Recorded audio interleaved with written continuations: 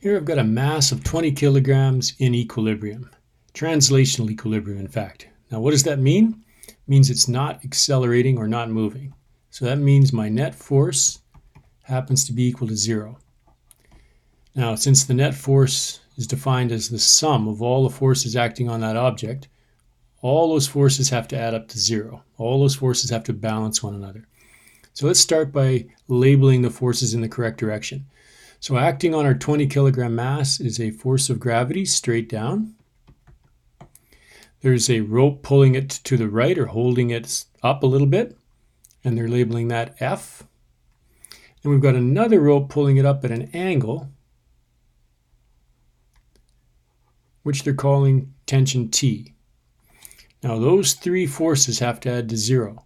So T plus F plus Fg, all three of those forces have to add to 0.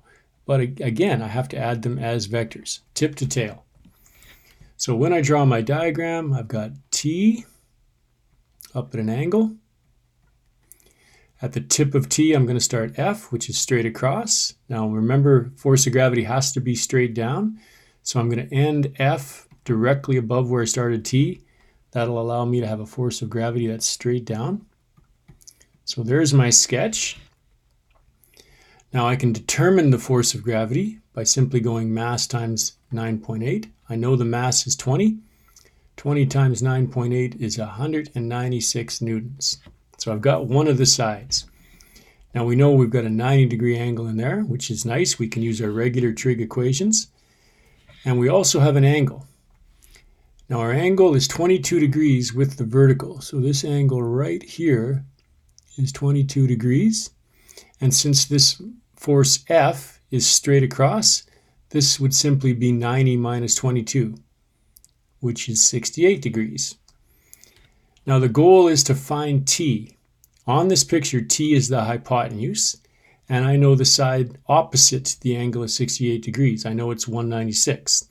So if I'm trying to find hypotenuse and I know opposite, I'm going to use sine. Sine theta is opposite over hypotenuse, and I can use the regular trig identities because it's a 90-degree triangle. So filling in the values, I get sine 68 is opposite 196 newtons over the hypotenuse, which is T. That's what we're looking for. Now I don't like having T in the bottom in the denominator, so I'm going to multiply both sides by T to get it out of there first. T's are going to cancel on the right. So now I get an equation that's a little easier to deal with. T sine 68 degrees is 196 newtons. So to get T by itself, divide both sides by sine 68. Cancels on the left. And when I go 196 divided by sine 68, I get a tension of 211 newtons.